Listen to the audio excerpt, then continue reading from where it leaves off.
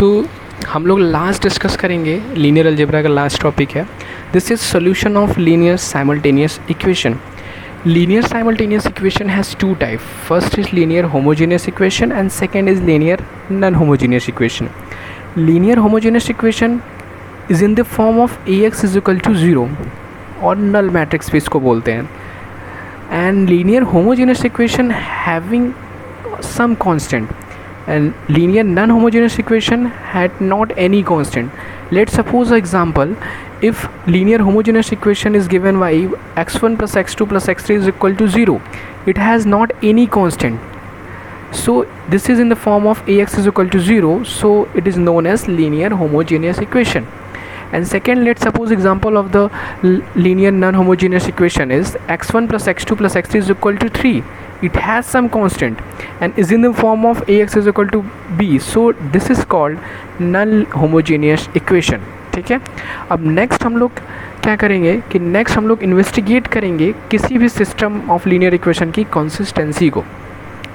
दो basic steps हम follow करेंगे, देन उसके बाद हम लोग उस सिस्टम के कंसिस्टेंसी को फाइंड कर लेंगे। हम लोगों ने रैंक पहले से डिस्कस किया हुआ है, तो रैंक का इसमें यूज़ है, तो देन हम लोग इसको ईजिली कंसिस्टेंसी फाइंड कर लेंगे। तो पहला क्या होगा काम कि हमारे पास इक्वेशन हमें किसी भी फॉर्म में दी रहेगी, x1 प्लस x2, 3 इक्वेशन या 2 इक्वेशन या 3 इक्वेशन दिया रहेगा, तो then we have to represent this equation in the matrix form. It is the form of ax is equal to b and after that हम जब इसको इस फॉर्म में रिप्रेजेंट कर लेंगे तो देन हम लोग क्या करेंगे कि हम लोग चेक करेंगे इसकी कंसिस्टेंसी के लिए। तो हम first of all augmented matrix form करेंगे जो कि ए मैट्रिक्स एंड बी मैट्रिक्स का कॉम्बिनेशन होगा। तो जैसे ही ऑगमेंटेड मैट्रिक्स फॉर्म हो गया तो हमारे पास सिचुएशन जो निकल के आएगी उसी से हम लोग कंसिस्टेंसी डिफाइन करेंगे।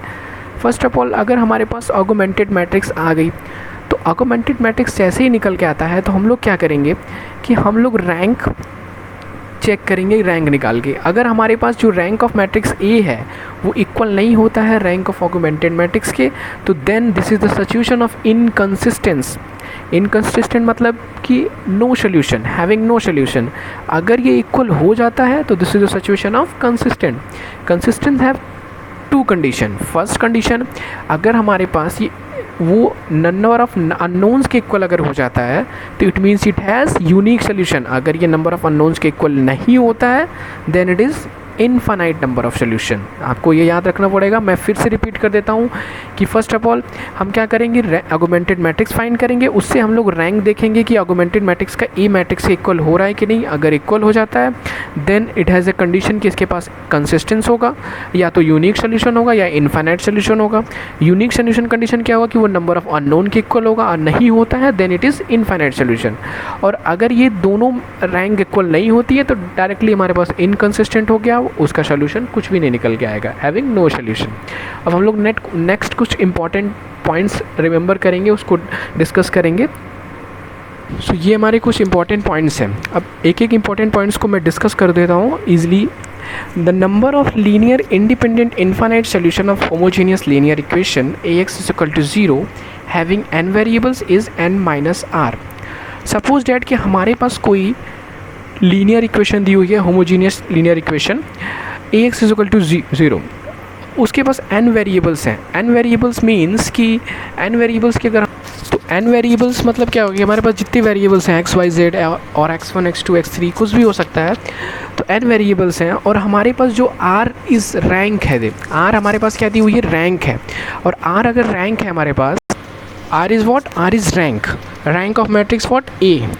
अगर हमारे पास n वेरिएबल्स है, r रैंक है, तो जो number of linearly independent infinite solution होगा वो क्या होगा, n माइनस r होगा। If n is the number of variables, if number of variable is 3 and rank is कुछ भी आ जाता है 1 या 2, तो देन जो number of linearly independent infinite solution होगा वो क्या होगा, 3 minus 1 is equal to 2।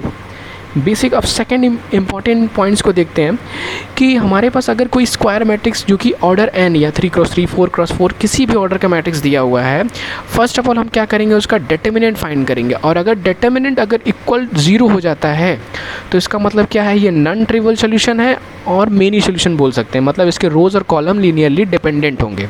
Second क्या हो सकता है कि हम सेकंड की बात कर रहे हैं, तो सेकंड में अगर ये इक्वल टू 0 नहीं होता है तो रोज़ और कॉलम जो हैं वो लीनियरली इंडिपेंडेंट हो जाएंगे और सिस्टम के पास वो ट्रिवियल सोल्यूशन हो जाएगा और इसको हम लोग यूनिक सोल्यूशन भी बोलते हैं। ठीक है, एक सिंपल क्वेश्चन आपको नॉर्मली डिस्कस कर देता हूँ।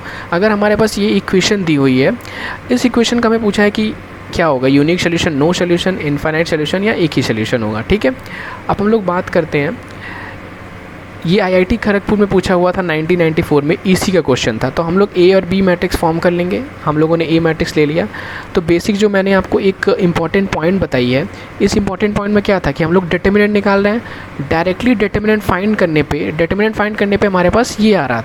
ठीक है, तो ये क्या हो रहा है भाई, 0 के इक्वल नहीं है। ठीक, और अगर ये 0 के इक्वल होता तो हम लोग इसको नॉन ट्रिवियल सोल्यूशन का कंडीशन लेते हैं, बट ये 0 के इक्वल नहीं है। इट मीन्स कि ये क्या है, ट्रिवियल सोल्यूशन है। Trivial solution means unique solution, तो डायरेक्टली हम यूनिक सोल्यूशन पे टिक कर देंगे, हमें कोई एक्स्ट्रा टाइम वेस्ट करने की ज़रूरत नहीं होगी। ठीक है, अब हम लोग नेक्स्ट क्वेश्चन पे बढ़ते हैं। तो नेक्स्ट क्वेश्चन क्या है हमारे पास, ये आईआईटी मद्रास ने 2011 में पूछा था। हमारे पास ये इक्वेशन दी हुई है, हम लोगों ने ए मैट्रिक्स बना दिया, बी मैट्रिक्स बना लिया एंड देन ऑगमेंटेड मैट्रिक्स बना लिया। हमें पूछा है कि लैम्डा और म्यू की किस वैल्यू के लिए ये जो इक्वेशन दी हुई है हैविंग नो सोल्यूशन। तो सिंपल सी बात है, एक स्टेप का ये सोल्यूशन है।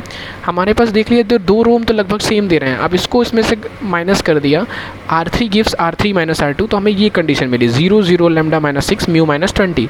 तो कंडीशन क्या निकल के आई, आप ध्यान से देखना कि अगर लैम्डा की वैल्यू 6 रखें और लैम्डा की value does not is equal to 20 रखें, तभी ये सिचुएशन होगा कि rank of A does not is equal to rank of augmented matrix, तभी ये कंडीशन होगी नो सोल्यूशन की। तो ये सिंपल क्वेश्चन एक स्टेप का, ये आप इसका सोल्यूशन आ गया।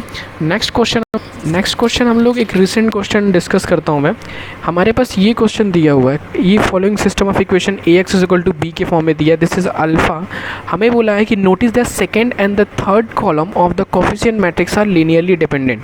इट मीन्स देखो, अब सेकेंड एंड थर्ड कॉलम ये लीनियरली क्या है, डिपेंडेंट है। कैसे डिपेंडेंट है, आप इसको देखो, 4 से इसको मल्टीप्लाई कर दोगे तो ये सेम कॉलम हो जाएगी। ठीक है, तो ये लीनियरली डिपेंडेंट है। For how many values of lambda, आप लीनियरली डिपेंडेंट में क्या निकल के आता था, मेनी सोल्यूशन ही आता था, आप लोग देखा होगा, this is condition of non trivial solution. तो अब गेस करना कि अब हमें क्या बोला है कि हाउ मेनी वैल्यूज़, कितनी वैल्यूज़ अल्फा की निकल के आएंगी, डज द सिस्टम इक्वेशन है infinitely many solution. Infinitely many solution का कंडीशन क्या होना चाहिए, अब आपको सिंपल सी बात है, इनफाइनाइटली मेनी सोल्यूशन मतलब क्या है कि नंबर ऑफ जो रो अननोन्स है वो इक्वल नहीं हुआ किससे, ऑगमेंटेड मैट्रिक्स और रैंक ऑफ ए मैट्रिक्स। तो हम लोग रैंक पहले ऑगमेंटेड मैट्रिक्स बना लेते हैं। तो ऑगमेंटेड मैट्रिक्स जो निकल के आएगी वो बना लेते हैं पहले।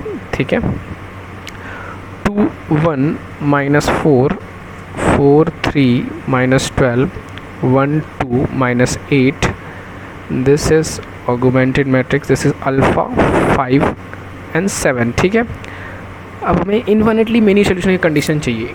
ठीक है, अब आप देखते चले जाओ। तो हमारे पास क्या होगा कि अब हम लोग स्टेप वाइज इसको सॉल्व करते हैं, रैंक निकालने की कोशिश करते हैं। तो फर्स्ट ऑफ ऑल हमारे पास क्या होगा, नेक्स्ट फर्स्ट स्टेप में हम क्या करेंगे, R2 gives R2 minus 2R1, यहाँ से आपको दिख रहा है।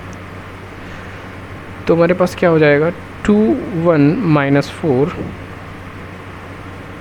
अल्फ़ा, अब 2 उसमें मल्टीप्लाई करके अब सब्ट्रैक्ट कर दो। सब्ट्रैक्ट करने के बाद हमारे पास, तो सब्ट्रैक्ट करने पे हम देख लेते हैं क्या आता है, this is 0, this is 1, this is what plus 8, this is minus 4 and what is this is given by 5 minus 2 alpha. Okay, 1 2 minus 8 and this is 7। ठीक है, अब हमारा नेक्स्ट स्टेप कहाँ जाएगा, तो नेक्स्ट स्टेप में हम डिस्कस करते हैं। अब वी गॉट द कंडीशन कि हमें दिख रहा होगा कि हम इससे बना सकते हैं।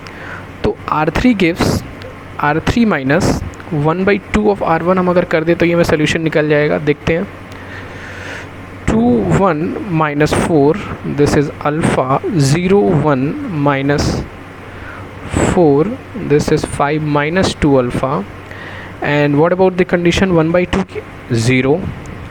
Okay, this is what 1/2। तो हमारे पास ये कुछ सोल्यूशन निकल के आती हैं, ठीक है।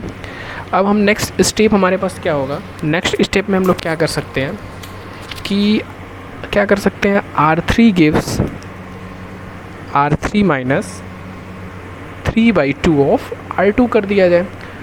तो अगर हम इसको इस कंडीशन से सॉल्व करते हैं तो देखते हैं क्या निकल के आता है, ठीक है।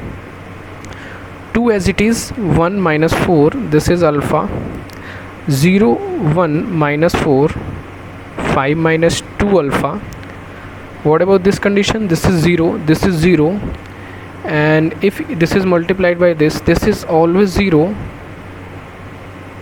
Okay, I think 0 condition. आप एक बार इसको सॉल्व करना फिर से देख लेते हैं। तो नेक्स्ट हमारे पास जब इसको सब्ट्रैक्ट करेंगे तो हमें क्या निकल के आएगा, दिस इज़ 5 अल्फ़ा माइनस 1/2। तो अब हमारे पास क्या बोला है कि इसका इनफाइनाइट नंबर ऑफ सोल्यूशन होना चाहिए। अब हम देखते हैं कि rank of A, first condition क्या होगी कि rank of A augmented matrix के इक्वल तो होना चाहिए, इट मीन्स ये भी 0 होना चाहिए। और इनफाइनाइट नंबर ऑफ सोल्यूशन के लिए कि वो नंबर ऑफ अननोन के इक्वल नहीं होना चाहिए। तो अननोन 3 है, और अगर ये 0 हो जाता है तो अननोन के इक्वल तो नहीं होगा ना, ये तो श्योर है कि 3 है, तो रैंक तो 2 आ रही है। तो हमारे पास क्या आया, 5 alpha minus 1/2 should be equal to 0। तो अल्फ़ा की वैल्यू 1/5 आई। ये आपका सोल्यूशन इनफाइनाइट मेनी सोल्यूशन के लिए ये कंडीशन आपका ये आंसर में सही होगा, ठीक है। सिंपल क्वेश्चन था, आपने तुरंत इसको हैंडल कर लिया। नेक्स्ट क्वेश्चन पे बढ़ते हैं हम लोग। ये हमारा नेक्स्ट क्वेश्चन है, तो इस क्वेश्चन पे हम लोग ध्यान से देखते हैं। इससे हम लोग मैट्रिक्स बना लेते हैं। A matrix is what, -1 and 5 and 0। This is 0 ना भी ले तो क्योंकि z है नहीं कोई variable. This is augmented matrix बना लेते हैं हम लोग, डायरेक्टली ऑगमेंटेड मैट्रिक्स ही फॉर्म कर लेते हैं। तो -1 5 and this is -1 and this is 1 -1 and what is this 2 1 3 and this is 3, ठीक है। अब यहाँ से कंडीशन हम लोग सॉल्व करते हैं इसको। तो फर्स्ट ऑफ ऑल हम लोग क्या निकाल देते हैं, R2 gives R2 plus R1 add कर दिया। तो this is -1 5 -1, this is 0 4, this is 1, okay 1 3 and 3। अब सेकेंड कंडीशन देखते हैं हम कैसे हम सॉल्व करेंगे। इन दोनों को ऐड कर दे तो ये 0 हो जाएगा। तो R3 gives R3 plus R1, simple है। तो हमारे पास क्या मिलेगा, -1 5 -1 0 4 1 ऐड किया तो ये 0, ये 8, ये 2, ओके। अब नेक्स्ट स्टेप देखो, अगर इसमें 2 से मल्टीप्लाई करें तो ये कंडीशन ख़त्म हो जाएगी, ठीक। तो what is R3 gives R3 minus 2R2, ठीक है। ये हो गया -1 5 -1 0 4 1, this is 0, okay 0, okay this is 0। तो हमें क्या हो गया कि रैंक ऑफ मैट्रिक्स ए जो है वो इक्वल है रैंक ऑफ ऑगमेंटेड मैट्रिक्स के टोटल, ठीक है। तो यहाँ से कंडीशन आई rank of A is equal to rank of augmented matrix.